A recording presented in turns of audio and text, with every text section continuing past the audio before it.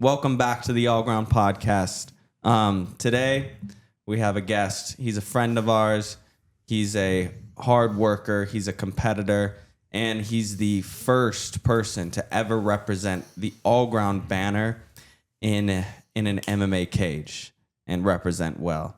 So please welcome to the podcast, Julian Aguilar. I didn't even know what that was gonna sound that was gonna make. Cool, That was nearly perfect. Yeah, Okay. a random button. That's good. Welcome to the podcast. Good to have you. Thank you. Good Yeah. to be here. Excited. We've been trying to get Julian on for quite some time. And just for some reason, it just didn't work out, wasn't working out, schedule differences, whatever. I remember him saying, I don't want to be on the podcast. And Yeah. I think that might have had something to do with it, but I don't know. Whoa. Let's not go there. It almost didn't work out That's how it today. happened. Yeah, right? Yeah, we were sitting in here thinking like, you know what? Maybe it's just not meant to be. I Here we are. was thinking, oh, if it doesn't work today, then it's not going to work next weekend either because we Yeah. have the comp. Yeah. Yeah. So Anyway, we're here. This is our guest. And we're going to ask him some questions. Just because, mainly, he's a homegrown athlete for us. yeah, He's someone who's trained under us, yeah, pretty much the whole time. And, has fought under us in a cage. He's our first representation of, an MMA athlete that we've coached from the start. So it's good to have him on. yeah. And I think if you're listening too, and you're like, oh, I don't even know Julian and whatnot, I think this is a valuable lesson in starting martial arts and starting MMA, no matter where you're at. And you'll learn in this podcast that Julian didn't really start with any background outside of just athletics in general. So it's going to be, a good insight to jumping into the world of martial arts, having little to no experience, and what that's like for somebody. Yeah. So let's jump into it. I mean, just with what Elias said, what was your introduction to martial arts? What exactly got you into martial arts? My introduction to martial arts, I would say, at the time I was 19, just graduated high school. I was working with Remza as an EMT, so I was working on the ambulances, and I met this guy named James Spear, and he brought up the idea of fighting and jujitsu and wrestling. And at first, I had the initial reaction like, bro, that's weird. Like, why would I want to roll around with sweaty dudes? I'm like, that just doesn't sound straight at all. Yeah. And it's not. Yeah, it's definitely not. It's Still not. It's only proven my point. But at the time, I was like, why would I want to do that? I was like, I played football my whole life. Why would I want to do something that's boring or lame? That's what I initially thought. And then we shouldn't have done this, but on the job, we were messing around, and he wrestled for a little bit. So he told me, he was like, trying to take me down. Like, okay. And I did the most football thing ever and just dove at him. And then he just sprawled my face. And I was like, okay, maybe I should try this. So then he brought me out to a free class. I tried a free class, and then I was humbled immediately. I remember I was a pretty big kid, and I still am. I was 6'1", 200, and this 15-year-old kid just choked me out 5 times in literally 5 minutes. And I was like, wow, that is so embarrassing. This kid, he doesn't look gnarly. I remember, I forgot his name, but he literally, it was belt to ass. It was pretty embarrassing. I would want to forget that too. So. Oh yeah, I forgot his name. I remember his face. And if I ever see him, I'm like, all right, dude. I'll beat your ass. Yeah, I do Whoop that little 15-year-old's ass. But no, yeah, I would definitely say that he got me into martial arts. And then once I started training, actually, that's when I met you. Yeah. And you basically, you brought me up from there. So that was my introduction, I would say. Did you enjoy it right away? Honestly, yeah, because I love challenges, right? I love things that are hard. I love feeling, it's going to sound weird. I love being bad at things at first, because I know that there's so much room for growth, and I love progressing in things, whether it be academics, even though I hate school, I love progressing in any aspect of life. If there's anything that I can see improvement on, I enjoy doing it. So it was definitely something I was like, you know what, at the time I didn't know if I wanted to fight. I was just like, you know what, I just want to see where I can take it, just have fun with it, train, and whatever happens with it happens. And how often were you training then? At the time, I was working at Remza, so I was working the 410s, sometimes night shift, sometimes day shift. So I was training probably around anywhere the low end 2 to 5 times a week. It just depended on the schedule at the time. So it was pretty inconsistent at first, I would say. You know, I was more like a hobbyist, definitely. Right. And then when do you think the transition started to happen for you?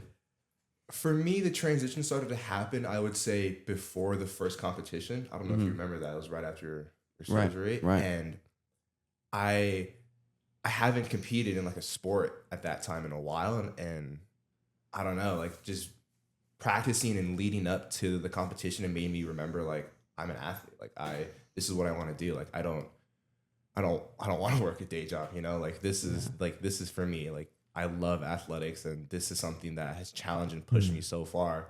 And not only did it help me grow like physically as a person, but like also mentally. Like it changed kind of the way I looked at things a lot. And I think because of that, it just flipped a switch to me that like, yeah, this is what I want to do.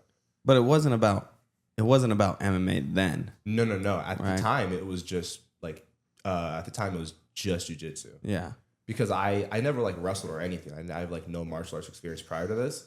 So at the time, I was like, I have to learn this before I even think about martial So arts did you or envision MMA. yourself doing jiu-jitsu competitively?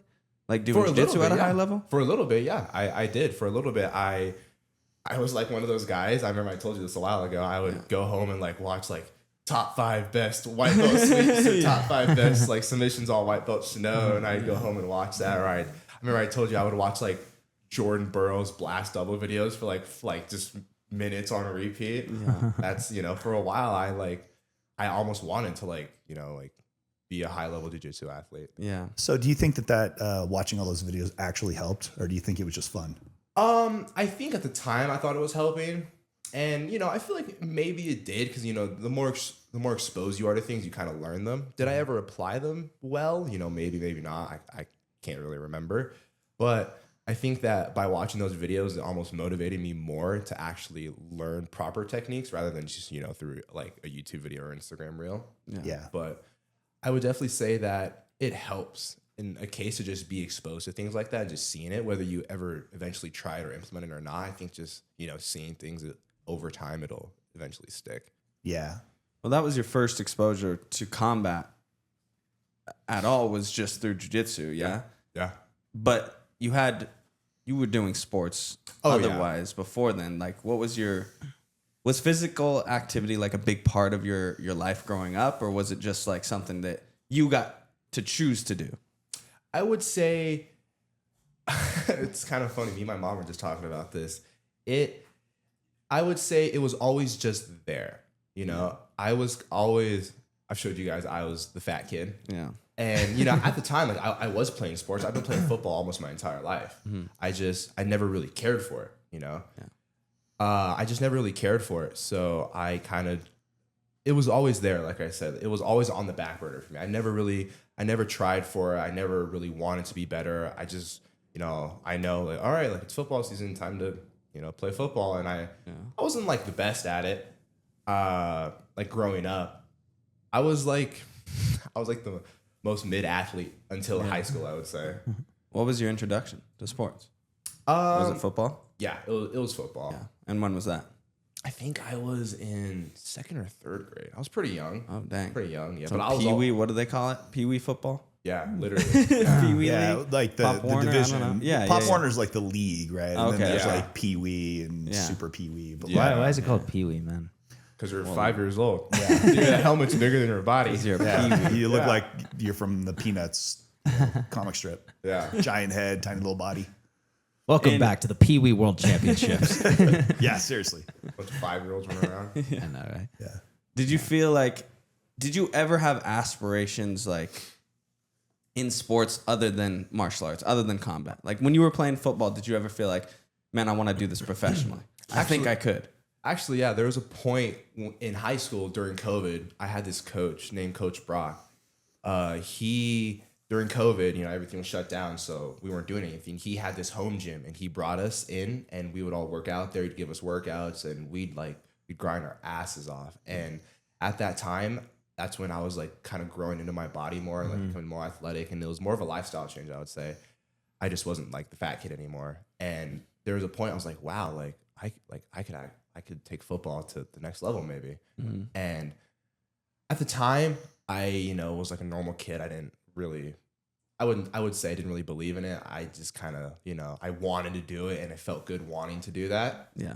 Like I got the little dopamine of like telling people like, oh, like I want to play football in college, and then I never really actually, I would say I never even really attempted to like looking back to it, like then versus now, like I didn't even try, but there were like, I did want to take it to the, D1 and then, NFL. Like I would tell all my friends like, nah, bro, like I can't hang out. Like I got to train or something, When did that fizzle out? I would say senior year of high school, the senior football season, I got COVID. So I was out for 2 weeks and I was a starter, and then I wasn't a starter, and I was like, maybe this isn't for me. It's like, whatever. Like I didn't really care that much. Like I noticed that I just didn't really care for it anymore. Like I would still go to practice. Like I would never skip practice, never skip a workout, but I would just kind of be there and going through the motions, not really. It's kind of like zoning out during practice, not paying attention, not watching film. Just fell out of love. Just lack of motivation. Yeah. Lack of love, lack of passion. And passion is a big thing for any sport you do. Oh yeah. Especially if it's something you want to take to the next level, and you've truly shown that for martial arts. But you talked about being a little overweight as a kid. Was that something that like influenced you to do sports? Were you doing sports to lose weight, or were you doing sports just because you were doing sports? He didn't say and losing weight. He said fat kid. A little overweight. Don't sugarcoat it, man. Don't sugarcoat it. He might eat it. Yeah, bro. Yeah, I know, straight up. I still love sweets. Well, what was that? Was it? Yeah. So I would say that when I played football, my mom would just kind of sign me up, And at the time, I was, when I was in middle school, I would say more so middle school, not high school. So during middle school, I didn't really care for sports. My mom would sign me up, I would do it. I would go to practice and play the game, whatever, and I just didn't really care. I would, like I said, just go through the motions, zone out during practice. I didn't want it, At the time, all I cared about was passing school and playing video games, Yeah. And looking back on it now, I was definitely addicted to video games. I was also like a pretty like rebellious kid. Like my mom would tell me like low key I was fat because of my own fault, but at the time I was like, I was 10. Addicted. Yeah, I was addicted how to video bad? games. Like what? Dude, I would What literally level did it drink go to? like a gallon of milk a day. I'd eat like a full family size bag of Lay's barbecue potato chips. That was like my thing. I drink like 2 root beers and like an orange crush a day. Like I had like the fattest fat kid lifestyle ever. And my mom would tell me no. She was like, you shouldn't do that. And like get mad at me, but I would hide things. I remember I would like hide my chip bags like in my sock drawer, so that way she wouldn't find it. So, do you think it was an addiction to the food, or was an addiction to the gaming, and they just kind of like I think that worked together? I think that I was addicted to video games. Yeah, just because I just loved them and I was good at them, and Yeah. then I think that the food was kind of just there because I would like to like snack while I played. So I think that they kind of just went hand in hand, I would say. So when did that change? When did you feel like, all right, I'm done being a fat kid playing video games. I want to start being active. Yeah. Or was it even like a conscious thing? Did you even feel like I need to lose weight, or did it just happen just purely as a result of being Organically, active? it just Yeah, happened. I would say it more so happened organically. So that was me in middle school, right? And then high school came along, and I started like more growing into my body. And not only that, kind of like I mentioned earlier with the lifestyle change, I went from like the fat kid to like all these like habits, like being addicted to like video games and, eating super, super bad. I honestly didn't even try to break those habits. It kind of just happened. What do you think it was? A girl? No, Being like literally not at all. image in high school? I think it was image. It was Yeah. more so like I knew I was tired of being the fat kid. But at the time, like I didn't really know how to change it. So I think at the time I just associated like my old habits as like fat kid habits. Like that's what I would call them. I'm like, I can't do that. Like that's how I used to be fat. Did you get picked on because of it? Actually no. Like when I was in middle school, no. Cause I was like, even though I was fat, I was still like, it's kind of cool, Cause like I was super nice to everyone. I was funny. Like no one ever really picked on me besides like my close friends, but like that's, that still happens. But you felt inside somewhere at some point that you're like, man, I don't want to be this. Yes. Oh yeah. 100%. But I wouldn't say that like I consciously made those changes. I would more just say that I started taking, like in high school, like I said, I started taking football more seriously, and in turn, I think that kind of just compounded into no longer eating trash, sitting on my ass all day playing video games. So you were just getting feedback, like you make a little change, you get a little positive feedback. You're like, ooh, I like that. Exactly. And then you just kept going. Yeah. Kind of momentum. Yeah. Yeah. That's awesome, man. So what was the main difference when it came to like playing sports like football versus doing a combat sport like jiu-jitsu? Like what was the main difference that made you feel like, that made you lean towards combat sports? I mean, not that you were doing them at the same time, because you were, you had graduated high school already at this point, right? And that's when you got introduced to jiu-jitsu. So, what was the main like dopamine difference, the feeling it gave you? For me, it was one of the hardest workouts I've ever done, like just drilling, like even when I first started, drilling was hard, like at least intense drilling was hard. Rolling was incredibly hard because at first, the way I used to roll, I was always like strong. So I would just try to use my strength, and, it literally just sometimes wouldn't work. I would say that the biggest difference for me though, is that I love like the feeling of, like I said earlier, like being bad at things, So I think that knowing that I can progress so much and, like over a long period of time versus football, like once you get so good, it starts to become more of a thing of like, okay, like how tall are you? Like how much do you weigh? Like how heavy are you? How fast can you run? It starts to become less of like a learning thing and more of just like, oh, like he's just faster, or like he's just bigger than you. Yeah. So I think for me, like all shapes and sizes, I mean, Elias weighs 50 pounds less than me and he, like dominates me.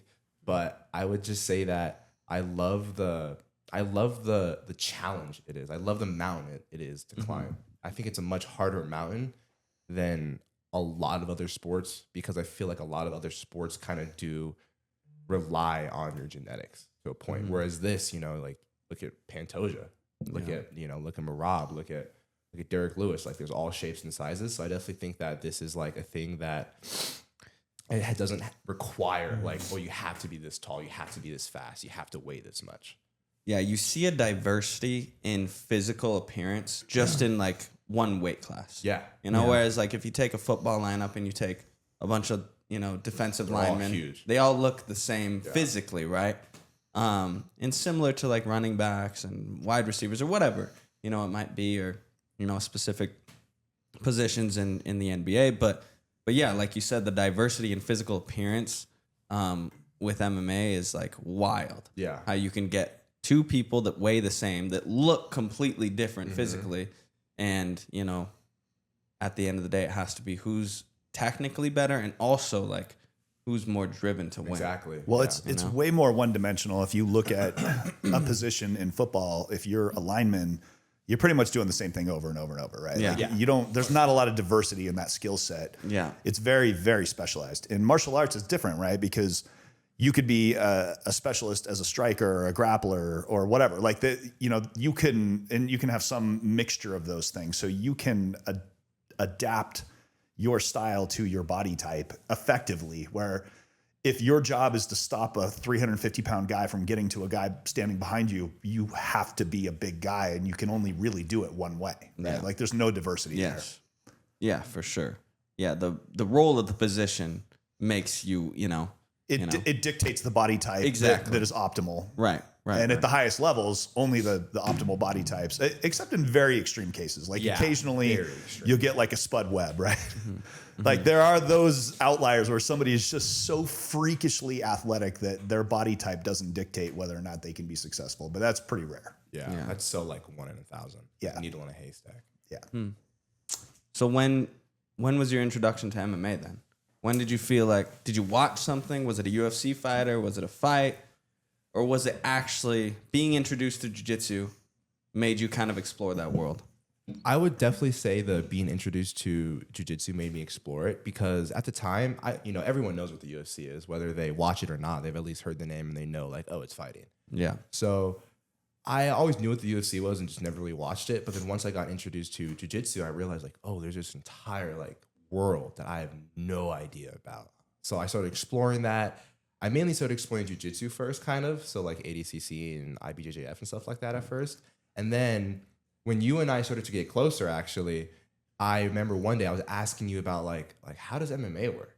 And you know, like I don't remember the conversation exactly, but Did he just immediately punch you in the face like that? Basically, yeah. He basically just question mark kicks me on the spot, but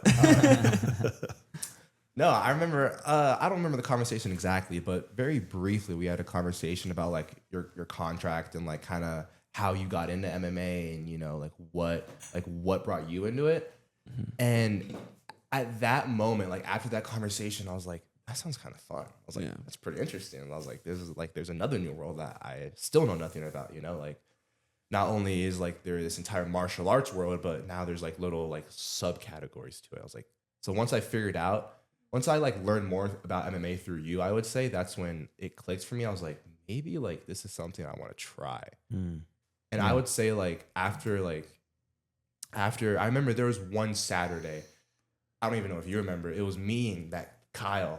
We had like this MMA class and I knew nothing. You were teaching me how to jab. And after I learned how to jab, I was like, yeah, I want to do this. Yeah. That's right. I have a question kind of going back to, you know, your football coach that you were talking about. You would stay and do, you know, practice or weightlifting with them. And that kind of got you inspired initially. What was it like being introduced to Laird as like one of your first coaches, but this time for combat sports? Did you think anything like differently of him, or were you just like, this guy seems cool? I don't know. Like he just, like I would just say he just seemed cool. Not that the other coaches like were squares or anything, but I was like Laird gets it, you know, like there's just like, he's just like had this like little swagger about him when he would teach. And I'm like, that's pretty sick, dude. You know, That's funny. I think that like, because that you were younger too, it helped us get along better. Yeah. I don't know. Did it upset you when you found out that he actually was an anime dork? Yes. Yeah. Still resent him for that. A little bit, but- Not as bad as when Chunks figured out we when do Chunks- D&D. Ooh, yeah. Wait, that wasn't a joke? Oh man, no, Chunks was pissed. No. You guys actually play D&D? Oh yeah. Hey, not me, man. Not me. Even though I Don't have worry to. about it. This interview is about you. Yeah. Well, let's get back on topic. Julian's like, I'm fucking done with this shit. Headphones off. Yeah. Your coaching experience for martial arts was first with me and Tina, Yeah. of course. And, you know, I think I remember like it was that first competition leading into that. And you guys were consistently, it was you and a couple of your friends that were consistently giving like more and more effort into the classes. In like, as a coach, when you see people give effort, you naturally want to give your time to those people. You know, so when I saw that out of you guys, I kind of like, you know, worked myself into your group and just started like really giving more attention and really giving more focus into you guys, because I was like, all right, I think they could do really well in this competition, and I would love to see that, and I would love to see them succeed. So I'm gonna put a lot of effort into them, and you know, the competition was tough. You know that was a tough first competition for you. Tell us about it. That first comp, even though it was tough, it was super fun. But I would say that because it was my first time ever competing in the spotlight, right? So like I said, I played football as a team sport, you know, like if you mess up, someone can easily come and just pick up the slack for you, you know, or there's times where you're not even needed and you kind of just stand there in the field and like, well, like I don't have to do anything. Yeah. But, you know, here you literally can't hide amongst the crowd at all. You have to perform because everyone's watching you and only you and the guy you're competing against. So I feel like that competition for me was a huge like game changer for me because I felt the thrill of, you know, even though it's just a local jiu-jitsu comp, I felt like the thrill of competing in martial arts. You know, I loved that, like, it has to be me, and that sounds really self-centered, but, like, it has to be me, and, like, I have to win. Yeah. Like, I loved that all the pressure was on me, you know? Like, it finally felt like, oh, like this is just me. Like, I'm not being carried by my team. I'm not, like someone's not picking up for me. Like, I lost because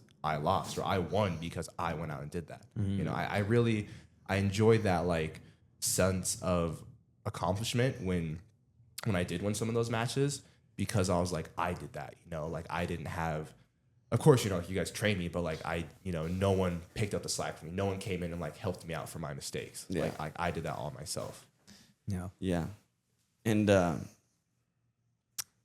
you know, because it's such a personal sport, because like you said, it's just you out there, you know, how do you get, like, how did you change your mentality as opposed to like team sports to this? Like, did you have to experience that first competition to feel like, oh, my mentality has to change? Or did it change then and there? Or was it like, or did it happen beforehand? Mm-hmm. I would more so say that it happened during the competition. Like, oh wow, like I have to do this, you know? Yeah. I think that after my first loss in Nogi, my first loss in Nogi, I was like, wow, like this has to be me. Like I can't just rely on my teammates this time. Like I have to do this. Yeah. And I think that the mindset, the shift happened because I lost. You know, I mean, you know, no one likes to lose, but because I lost, I was like, wow, like everyone watched that. I was like, everyone just saw me get dominated, and I like literally like just sat there. And I think that made me realize like, wow, like I can never let that happen again. Yeah. Like I can never just allow that to happen. Like I have to like literally give it my all. Like I can't just sit there and like let you do that to me. You know, like I have to fight back. Even if, you know, like I have to scramble and it looks a little sloppy, like I'm gonna do it. Like I can't just let that happen again, you know? Yeah. It's a great mentality. I think so much of competing at a high level is that mentality of just like, no, I'm not going to let you do that. Yeah. You know, not giving people what they want. And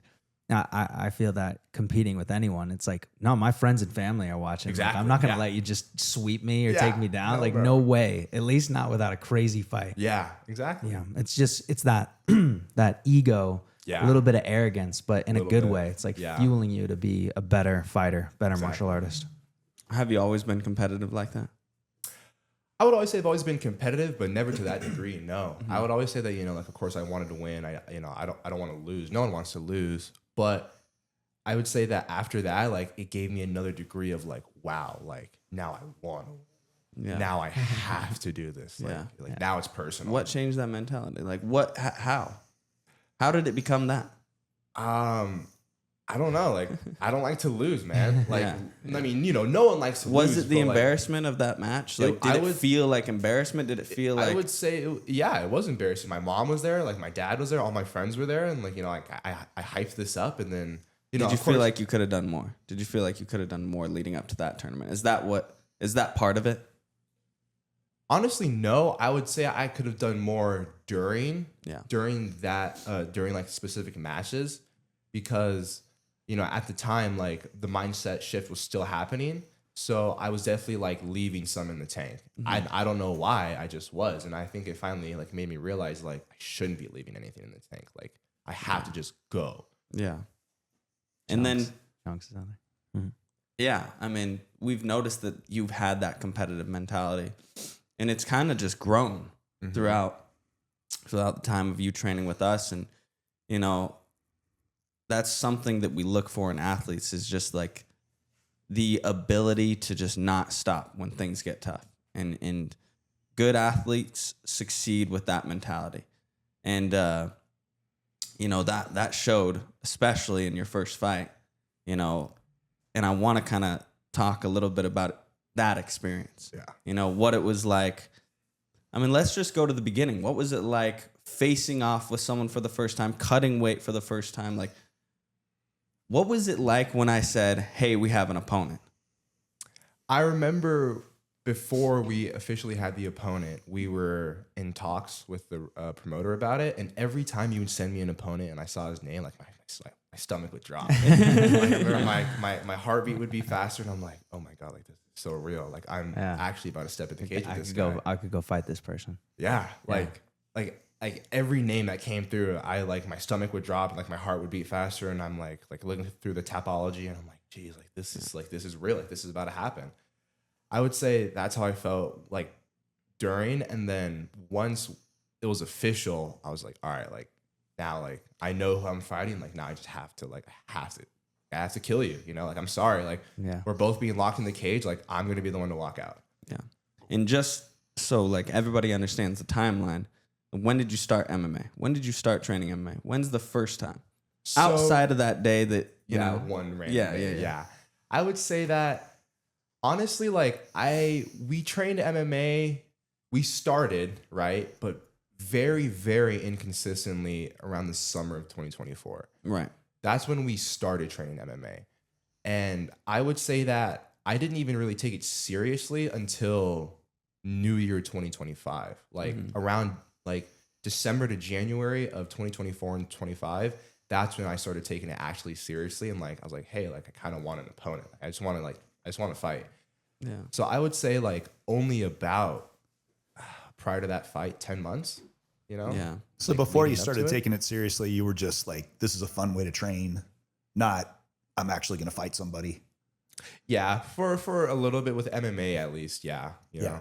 But we had you competing. You know, you were Oh, yeah. getting ready for jiu-jitsu competitions and performing well in those. And yeah, I think it's worth it to say, like, we definitely saw the potential in you to fight. And then you were training at the MMA sessions pretty consistently. I mean, out of all the guys that have kind of been through that, you've always been the most consistent. Yeah. And so, yeah, you're saying kind of beginning of 2025 was when you're deciding that, yeah, I'm going to commit to this fully. Yeah, exactly. Yeah. Yeah. I remember you and I had a conversation. You Yes. told me like I'm doing this. I'm ready to commit. Like Yeah. I'm going to change my schedule, whatever I need to do to be here every day, twice a day, you know, minimum 3 training sessions type, you know. And I remember having that conversation and I was like, all right, let's do it. And then, you know, we were on that schedule consistently. That's what I wanted to see. I remember talking to you and saying, Yeah. I just want to see that you can do it consistently before we talk about a fight. Oh yeah. And sure enough, you did it consistently. And then we started talking about a fight. What was the energy like going into your first fight camp? Because, you know, for us, it's always been like, once you sign for the name and you know the opponent, it's almost like that first training session of fight camp feels like, you almost feel like you have some sort of superpowers. Like you feel a little more switched on. You feel a little more Yeah. focused.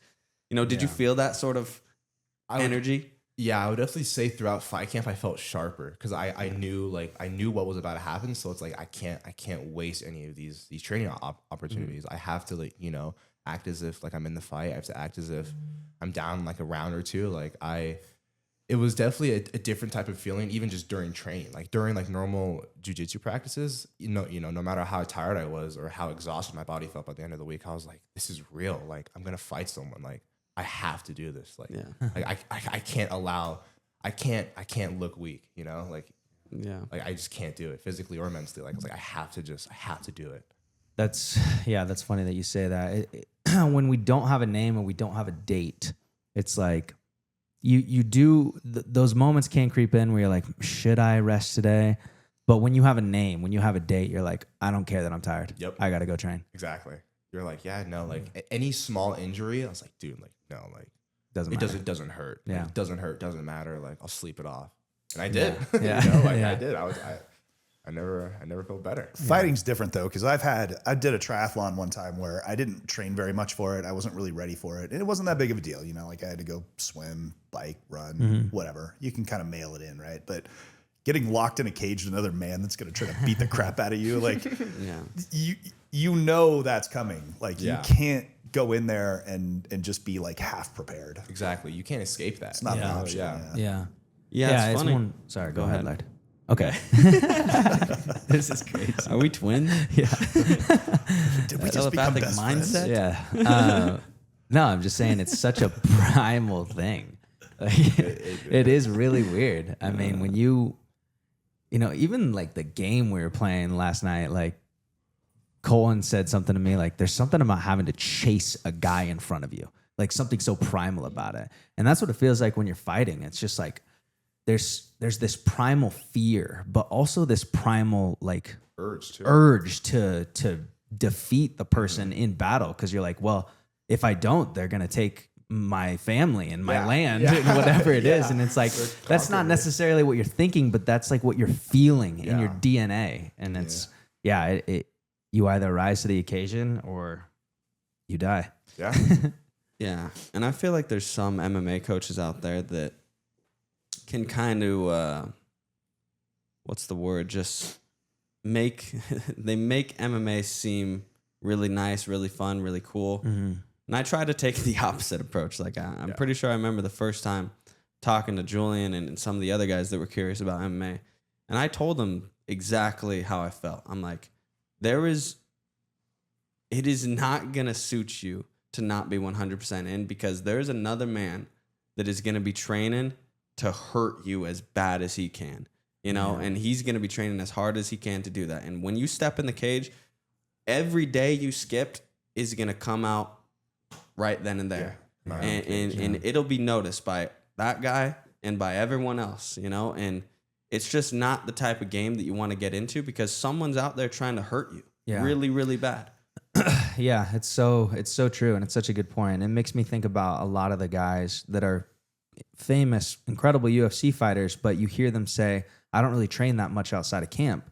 And that's noticed in the fight, because so much of training consistently is understanding how to move in the fight and like make those movements just like a natural reaction. When we train every day, like when we're rolling through and we're defending, it's like you're constantly training this muscle memory to do what it's supposed to. So when you're in a camp, it's like, you might be in great shape and you're sparring hard, but at the end of the day, it's all about damage. Like when you're in the fight, who is going to inflict more damage? And the person that's more comfortable with evading damage and rolling with the punches and sprawling and redirecting, the person that does that regularly is likely going to be the more successful one. Yeah. It's like those fighting games with like the bar, the damage bar. Yeah. Yeah. And who can get the lowest? In the real world, it's that damage bar can be at 100, and one punch can take the entire bar down to 0 instantly. Game over. Yeah. Yeah. I think too with fighters is like fighting is a career for some of them, and the love of the martial arts itself isn't there. Like that's why you see fighters, they retire and then they're done. Like they retire and they're done. I mean, they still like keep their mind on fighting. Maybe they're active in some other way with the fight game. But, for me, like when I retire from fighting, I want to make sure that I'm doing jujitsu till I'm 90. Yeah, like, totally. I'm going to be till the day you die. every Masters world champ. I want to, and that's just, if you love martial arts, in just singular martial arts, and you just want to get better at that and you enjoy doing it every day. It's not necessarily the same as going out and fighting someone, Yeah. Which is, for some people just a career, they just do it. They sign on the dotted line and they get paid to go in the cage and fight someone. Yeah. But for you, we could tell like you have a passion for the martial arts. Yeah. What part of martial arts is your favorite? I think might be pretty easy to tell, but I Tell the viewers. I love wrestling. Yeah. I love jujitsu too. That's initially what brought me into it. So I'll always have a love for that. But I mainly love the wrestling part, and I love it because it is so difficult. It's so tough, and I know that some of the the best wrestlers, like they're gonna be the toughest people that you ever go against. Yeah. I just like. Wrestlers are such a different breed, because like I've done boxing classes, like when I first started training, like at other gyms, I did boxing classes and jiu-jitsu classes. Like out of all of them, like wrestling is just the hardest, because not only is it technical, but it's just a testament of will. Like how much are you willing to suffer? How much are you willing to give to get the takedown? To sprawl a little bit harder so you don't get taken down. Like it's so much it's just a battle of who wants it more. Yep. And I love that. I love I'm not gonna let you get this, and and if you do get it, it's not gonna be easy, So I would definitely say wrestling for that matter. So were you happy that your very first MMA match was against a collegiate wrestler then? Honestly, I would say it didn't really change how I felt about it, because I knew my plan, and I also know that MMA wrestling is different than just strict wrestling. It's in MMA, even if they are a wrestler, it's so much easier to get to the legs, just because there's so much more added danger. Yeah. Aside from just wrestling, because they know you can punch them in the face. Exactly. Yeah. Exactly. And I think that having the wrestling, I wouldn't say background, but like, having that as like my main discipline, that it helps me, because it opens up my striking more, I would say. Like being able to wrestle and them knowing that, like it makes it easier for me to be able to strike with them. There's something really interesting about that, considering just that mentality about understanding that MMA grappling and MMA wrestling is so different from regular wrestling. And to have that understanding in just your first fight and even before going into your first fight is rare. And I want to sort of like backtrack to the beginning of the training camp. So you get the name and then you start training. And of course, Laird being who he is and, and watching all of his fights and whatnot, he takes people down and smashes them, but can also, strike. And I think we had a game plan of you being well-rounded everywhere, but definitely just being able to maul this person and take them down. In your training camp, what was it like actually implementing that game plan into the sparring? Because, and so the viewers know, like, Laird and I wanted to make sparring for Julian as realistic as we could while still keeping it safe. We were wearing bigger gloves and headgear and whatnot, but we wanted it to be as realistic to the fight as we could get it. I would love to hear your experience on, one, knowing that you're about to spar, the intensity, and then just the feeling overall. I would say that the first sparring session was definitely like my favorite for some reason. I don't know why. Like it was like an okay one, but it was just my favorite because I love that feeling of like, this is real. Like I love the feeling of like, of it matters, like I love taking things extremely seriously, whether I have to or not. And it felt so real to me that like, I'm about to fight this guy. And he was pretty similar to the guy that I had, Steven, the guy that we sparred. He is also a collegiate wrestler. And I think that also made it feel more realistic for me. And for me, like the more realistic it feels, the more I can like zone in and focus and concentrate. Because the more like playful it is, the more I kind of zone out. I just kind of start to like mess around. But like the more serious it is, like the more serious I take it, of course. Yeah. And I feel like because he also was a collegiate wrestler and like the game plan we had, it made me realize like, wow, like it's in two entirely like different disciplines, like Steven's a great wrestler. Like we've gone, like just strict wrestling. He's really good. Yeah. But, like once you start like adding in MMA, it's an entirely different game. And I think that the game plan going in, of course, my game plan was always just like this, the second the bell rings, you just go in, you shoot a takedown. And that's what I did. And almost every time I got it. And then after that, it was like more so working like, all right, like once we get the takedown or like if I get caught in like a guillotine or something, that did happen a couple of times. Like, like what do we do from here? Like plan A worked, like now we have to execute plan B, plan C. Yeah. I think that having that game plan just kind of, felt really good, especially when I found success with it in the fight and in sparring. So I definitely think that it helped a lot. Yeah. What instills that confidence though? Because, you have only wrestled for, a little over a year maybe. And, we signed the dotted line to fight this guy who was wrestled way before you even knew wrestling existed. Yeah. So what helps you be confident in the fact that you're like, yeah, I'm going to go out and wrestle this wrestler? Why? I think kind of like back to what Elias said, you just have to have this like almost like this arrogance about you, like, I don't know, like you can't allow like time and like, you just can't let stuff like that affect you. Like there comes a point, I feel like where talent beats hard work. And I feel like what gives me a lot of confidence is like knowing how hard I work. You mean hard work beats talent? Yeah. Sorry. Yeah.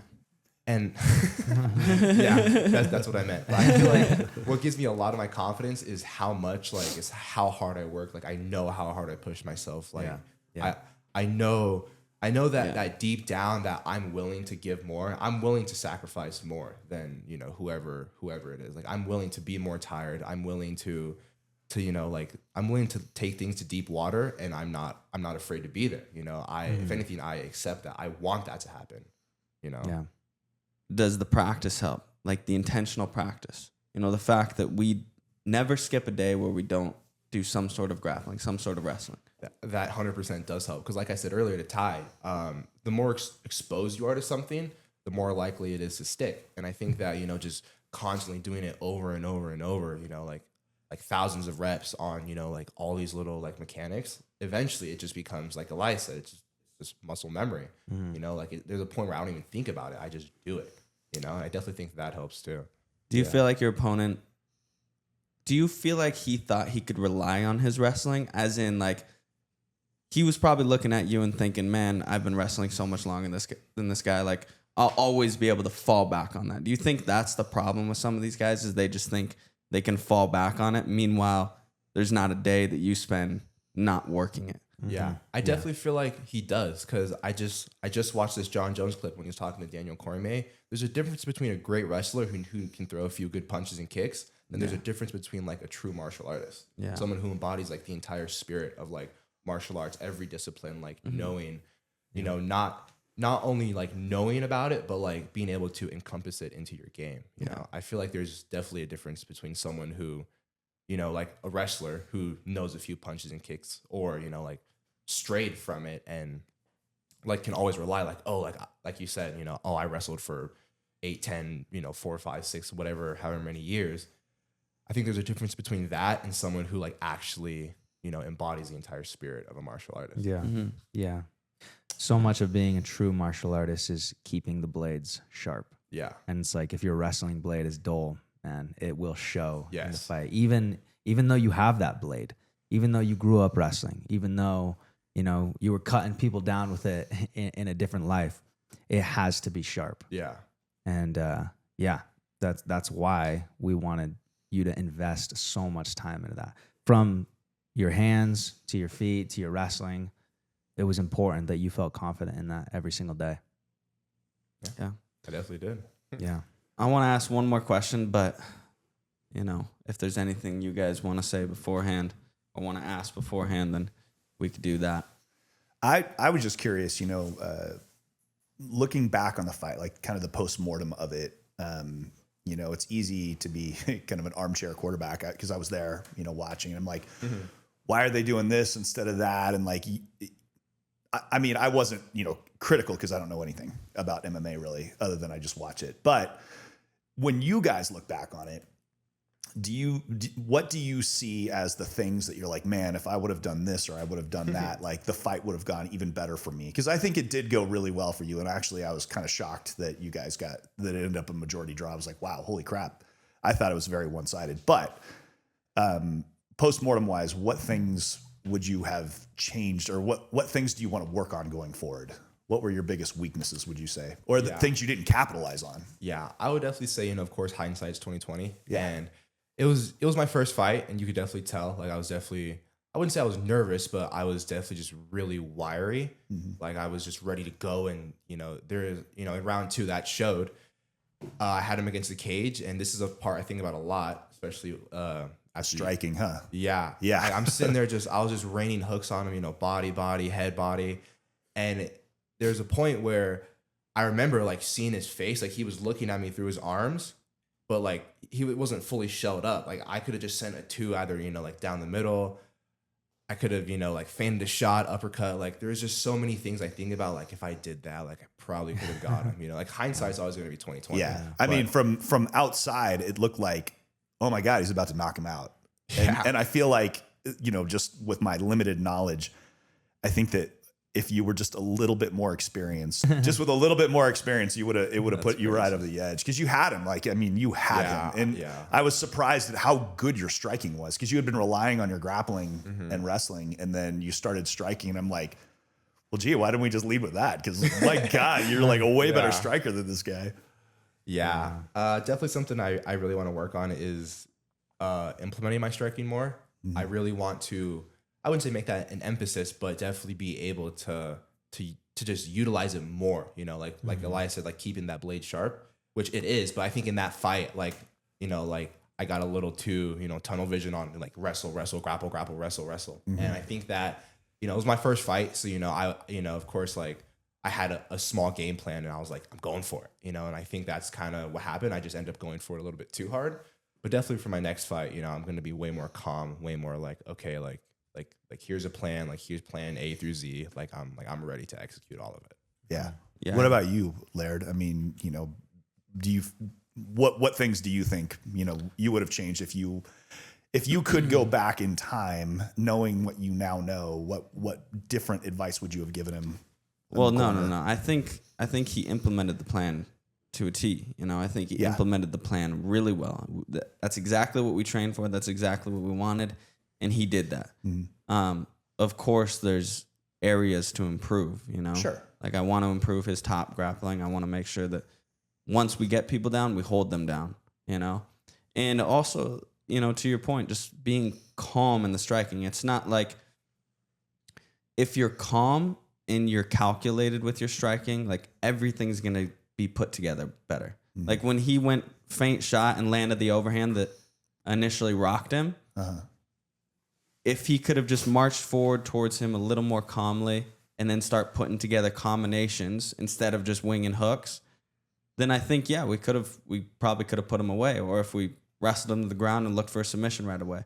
But yeah, I think he implemented the game plan to the T from exactly what Elias and I wanted. And it's just the little things that we need to round out technically inside of that change, I don't think no regrets or anything, but I almost feel like when he started throwing punches and started striking more, that everybody in the entire arena was like, wow, he's really good at punching. His striking is like way better than we thought it would be, because he hadn't been really striking a whole lot. Mm-hmm. And we're like, wow, that's really good. It was kind of surprising how good your striking was in a live fight. I mean, I've seen you train a bunch, and I'm like, yeah, I know you practice it, but yeah, when you like put him on his heels, I was like, wow, that's pretty impressive. Yeah, and I think the biggest part of that and the success that he had with that was just the threat of everything, and like when you can threat everything and it's a real threat that they have to worry about, then all your other arts start working well. Yeah. And that's exactly what happened. Last question for you. Shoot. What does your future in MMA look like? My future in MMA is, I'm going to manifest it. It's going to be long. It's going to be fruitful. It's going to be full of success. It's going to be full of success. There's going to be setbacks. There's going to be failures, but nothing's going to stop me. This is the world that I want to live in. This is, like you were saying about the career guys, and then, like the martial artists, like I am a martial artist. Like even like once I retire, like I'm going to train jiu-jitsu until my bones break. Like, just like Elias, or just like you guys, I'm going to be a world champion, for masters in every division, like I'm going to do it. Absolutely. Yeah. This is the life for me. Yes. It's going to be long. It's going to be fruitful.